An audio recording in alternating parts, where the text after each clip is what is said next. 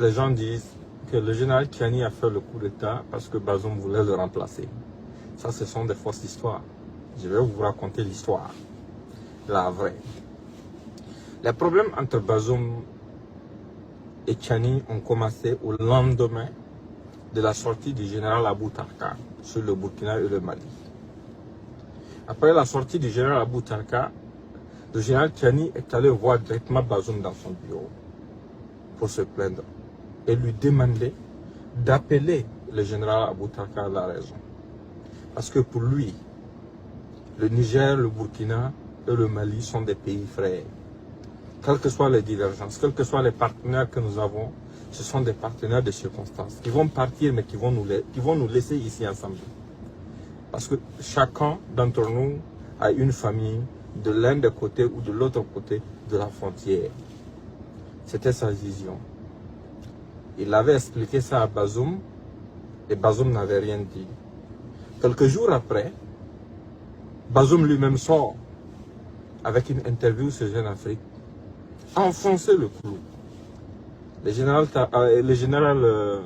Tchiani n'a pas encore hésité à repartir voir Bazoum pour exprimer sa frustration et lui dire que aujourd'hui, dans notre situation, si on veut vraiment s'en sortir, il faut que les trois pays qui ont le même problème conjuguent leurs efforts au lieu de s'envoyer des pics.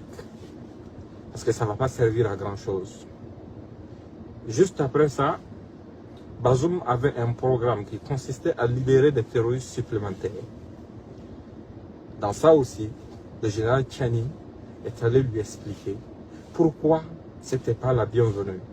Parce que déjà, les premières libérations de terroristes n'ont servi à rien. Il a ramené sur la table les images des soldats nigériens qui ont été exécutés, filmés et exécutés par les mêmes terroristes. Il a exprimé sa réticence à Bazoum. Il l'a déconseillé fortement. À la veille du coup d'État, dans la nuit, il est rentré chez lui. Juste au moment où il s'apprêtait à aller au lit, quelqu'un l'appelle pour dire que Bazoum était en train de finaliser la libération des terroristes, malgré son opposition. Automatiquement, tard dans la nuit, il quitte son domicile pour aller à la présidence trouver Bazoum. Il révoque le sujet avec Bazoum. Il lui dit son opposition à cette affaire. Il le conjure de renoncer à ça. Il insiste en lui faisant savoir que ça c'est une trahison de l'ensemble de l'armée. Et que lui actuellement, en étant au service de la présidence, il n'est pas là au service d'un individu. Il est au service des institutions de la République. Il est au service du drapeau. Mais tout celui qui va se permettre de minimiser le sacrifice des soldats nigériens va le trouver en face de lui. Bazoum refusa catégoriquement. C'est là qu'il retourna à ses hommes d'arrêter Bazoum. Et maintenant, après l'arrestation de Bazoum, les gens, pour pouvoir amener les autres factions des forces de défense et de sécurité à ne pas accepter l'approche de Tchiani, ont commencé à approcher certains officiers et sous-officiers pour les faire croire que c'était pour des raisons personnelles que le général Tchiani voulait faire ce coup d'État, afin de motiver d'autres factions de l'armée nigérienne à se soulever contre lui. Maintenant, tous ceux qui l'ont contacté parmi les officiers ont reçu les preuves qu'en réalité, c'était pour la République.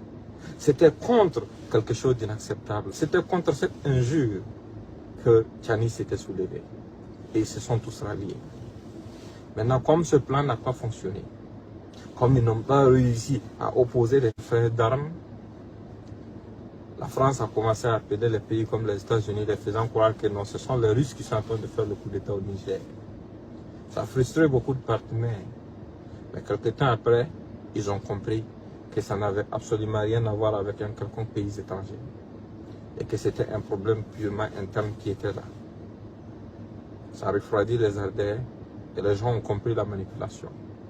Et ayant échoué à ce niveau, Macron, qui a des affinités avec le président du Nigeria, l'actuel président du Nigeria, l'a contacté pour utiliser la CEDEAO afin de voir s'ils peuvent faire intervenir une force pour forcer le général Tchani et l'ensemble de l'armée nigérienne à abandonner leur projet. À ce niveau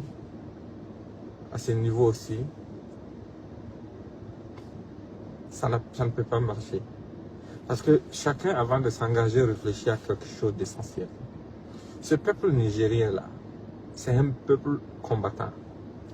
Et au Niger, je ne vois même pas quel scénario il peut utiliser pour pouvoir intervenir. Parce qu'en voulant venir par le sol, la population nigérienne ne va jamais laisser de convois qui viennent pour agresser leur capitale passer. Du ciel aussi, ils vont faire comment? Dès que les Nigériens ont la certitude que ces forces étrangères veulent intervenir, vous verrez comment Niamey sera. Toute la population va descendre dans la rue, encercler tous les endroits stratégiques. Et ils ne pourront pas atteindre cet objectif. Maintenant que ça, même pour eux, semble impossible, ils ont décidé d'utiliser les sanctions économiques pour asphyxier le peuple nigérien et amener les Nigériens à s'épuiser, à s'essouffler. Ils ne savent pas. Les Nigériens sont habitués. La nature leur a déjà imposé plein de défis auxquels ils ont survécu, auxquels ils continuent de survivre et contre lesquels ils continuent de se battre. En fait, tous ceux qui se comportent comme ça en croyant vouloir arranger ne savent pas qu'en fait, ils sont en train de créer des problèmes supplémentaires et sont en train de pousser le général Tchani et ses hommes à prendre des positions beaucoup plus radicales. Parce que ce que je sais est que ce ne sont pas des hommes qui reculent devant les menaces ou devant les intimidations. Ça doit servir de leçon à tout le monde.